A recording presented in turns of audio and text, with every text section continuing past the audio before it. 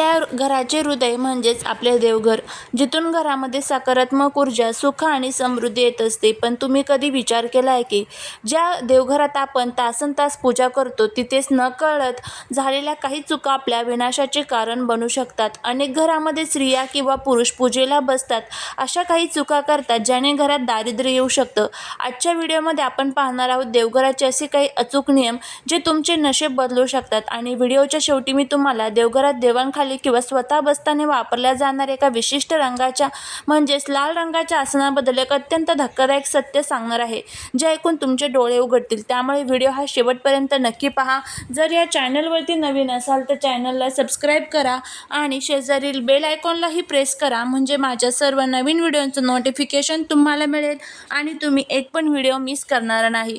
त्याचबरोबर कमेंटमध्ये श्री स्वामी समर्थ लिहायला अजिबात विसरू नका, जेणेकरून स्वामींची तुमच्या कुटुंबावर, मुलांवर अगदी भरभरून अशी कृपा होईल. सर्वात आधी आपण जाणून घेऊया की शास्त्रानुसार देवघर हे कसं असावं आणि तिथले नियम काय आहेत. शास्त्रानुसार देवघर नेहमी ईशान्य कोपऱ्यात असावे.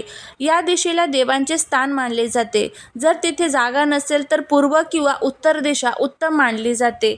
देवांचे तोंड कोणत्या दिशेला पाहिजे? आपण पूजा करताना आपले तोंड पूर्वेकडे किंवा उत्तरेकडे असावे, म्हणजेच देवांची पाठ ही पश्चिमेकडे किंवा दक्षिणेकडे असावी. देवघरात कधीही अंगठापेक्षा मोठी मूर्ती ठेवू नये. जर ती धातूची असेल तर तसेच एका देवाच्या 2 मूर्ती किंवा फोटो समोरासमोर किंवा शेजारी ठेवू नयेत. देवघरात कधीही तुटलेल्या मूर्ती, सुकलेले पानं किंवा फाटलेले फोटो ठेवू नका. यामुळे घरामध्ये नकारात्मक ऊर्जा वाढते. आता वळूया सर्वात महत्त्वाच्या विषयाकडे, ज्याकडे 90% लोक दुर्लक्ष करतात, ते म्हणजे आसन. आपण देवापुढे हात जोडतो, पण आपण पाय जमिनीला टेकवलेले असतात. शास्त्रात आसनाला पूजेइतकेच महत्त्व आहे.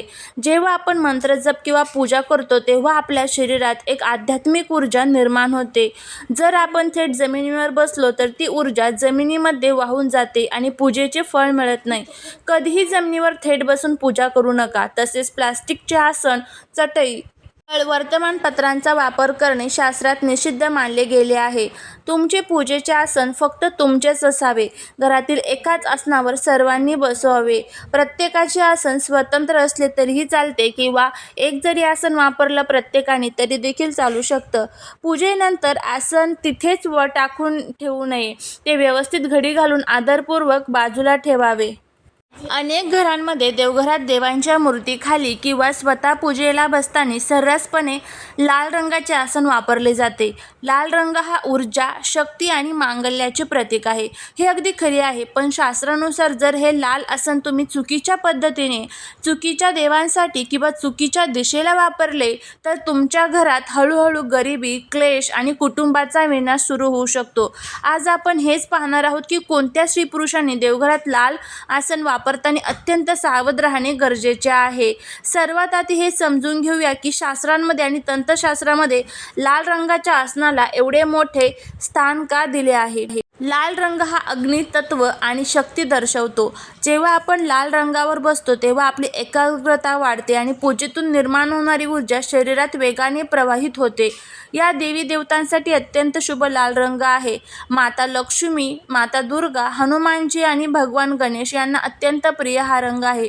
जर तुम्ही या देवतांची पूजा करत असाल तर त्यांच्या मूर्तीखाली किंवा स्वतः बसण्यासाठी लाल रंगाचे आसन वापरणे अतिशय उत्तम मानले जाते. याने घरात सुख, समृद्धी आणि पैसा येतो. बघा, पण नीट एक लक्षात ठेवा की जर तुम्ही लाल आसन वापरत असाल तर या 3 चुका केल्या तर घरात नकारात्मकतेचा स्फोट होऊ शकतो आणि हसते खेळते घर अनेक प्रकारचे दोष लागू शकतात. आता पहिली चूक काय आहे तर शांत आणि सात्विक पूजांमध्ये लाल आसनाचा अतिवापर. शास्त्रानुसार जे देव अत्यंत शांत आणि सात्विक प्रवृत्तीचे मानले जातात, जसे की भगवान विष्णू, महादेव किंवा भगवान श्रीराम, यांच्या पूजेसाठी किंवा त्यांच्या मूर्तीखाली चुकूनही भडक लाल रंगाचे आसन वापरू नये. विष्णुदेवांच्या पूजेसाठी पिवळ्या रंगाचे आणि महादेवांच्या पूजेसाठी पांढऱ्या किंवा निळ्या रंगाचे आसन सर्वोत्तम मानले जाते. शांत देवांच्या पूजेत लाल आसन वापरल्यास घरात विनाकारण उग्रता, राग आणि वादविवाद वाढू शकतो. दुसरी चूक म्हणजे राहू, केतू किंवा शनीच्या त्रासात लाल आसन वापरणे. जर तुमच्या कुंडलीत किंवा घरात शनी, राहू किंवा केतूचा दोष असेल किंवा घरात आधीच खूप कोर्ट कचेरी, भांडणे सुरू असतील तर देवघरात लाल आसनाचा वापर पूर्णपणे टाळावा. लाल रंग हा मंगळ ग्रहाचा आहे. शनी आणि मंगळ किंवा राहू आणि मंगळ एकत्र आले की अंगारक दोष सारखी परिस्थिती निर्माण होते. यामुळे घरात अचानक अपघात, आर्थिक नुकसान आणि आजारपण वाढू शकते. तिसरी चूक म्हणजे अशुद्ध आणि फाटलेले आसन. अनेक घरांमध्ये स्त्रिया किंवा पुरुष एकच लाल आसन वर्षानुवर्ष वापरतात. ते अशुद्ध होते, त्याचे धागे निघतात किंवा त्याला छिद्र पडतात. शास्त्र सांगते की देवघरात देवांखाली किंवा स्वतःसाठी फाटलेले लाल आसन ठेवणे म्हणजे दरिद्रतेला आमंत्रण देणे होय. यामुळे माता लक्ष्मी नाराज होऊन घर सोडून निघून जात असते. म्हणूनच घरातील स्त्री आणि पुरुषांनी ह्या गोष्टींची काळजी घेणे अत्यंत महत्त्वाचे आहे. जर तुम्ही घरात हनुमान चालीसा, दुर्गा सप्तशती किंवा लक्ष्मी सूक्त पठण करत असाल तर लाल रंगाचे लोकरी किंवा रेशमी आसन वापरा. पूजेचे लाल आसन कधीही जमिनीवर पाय पुसण्यासारखे किंवा इतर कामांसाठी वापरू नका. जर घरामध्ये मानसिक शांतता हवी असेल तर लाल रंगाऐवजी सौम्य पिवळ्या रंगाचे आसन वापरणे कधीही सुरक्षित आणि उत्तम मानले जाते. शास्त्रामध्ये असं सांगितलं आहे की जेव्हा आपण देवांच्या मूर्तींना किंवा पंचधातूंच्या विग्रहांना जल, दूध आणि पंचामृताने स्नान घालतो तेव्हा त्या मूर्तीमधील ऊर्जा अत्यंत जागृत आणि संवेदनक्षम होते.